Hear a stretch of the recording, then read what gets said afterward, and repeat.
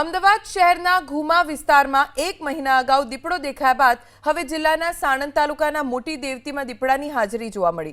દીપડાની હાજરી જોવા મળતા સમગ્ર વિસ્તારમાં ભયનો માહોલ છે। ઘટનાની જાણ થતાં જ વન વિભાગની ટીમ સ્થળ પર પહોંચી તપાસ કરી રહી હતી। ફૂટપ્રિન્ટ્સના આધારે વન વિભાગે આ નિશાન દીપડાના હોવાની પુષ્ટિ કરી છે।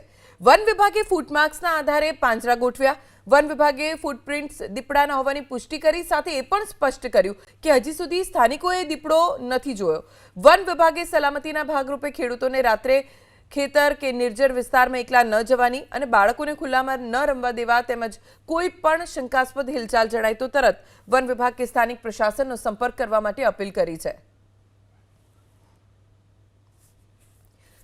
लगभग 1 महीना पहला ज घूमामां दीपड़ो देखायो हतो। शरणदीप मेंशन ज्यां दीपड़ाना सीसीटीवी पण आपणे जोया अने बराबर 1 महीना पछी मोटी देवती गाममां दीपड़ो देखायो होवानी पुष्टि वन विभागे करी छे, पण हाल कोई एवुं व्यक्ति मळ्युं नथी के जेणे पोतानी आंखे दीपड़ाने जोयो होय।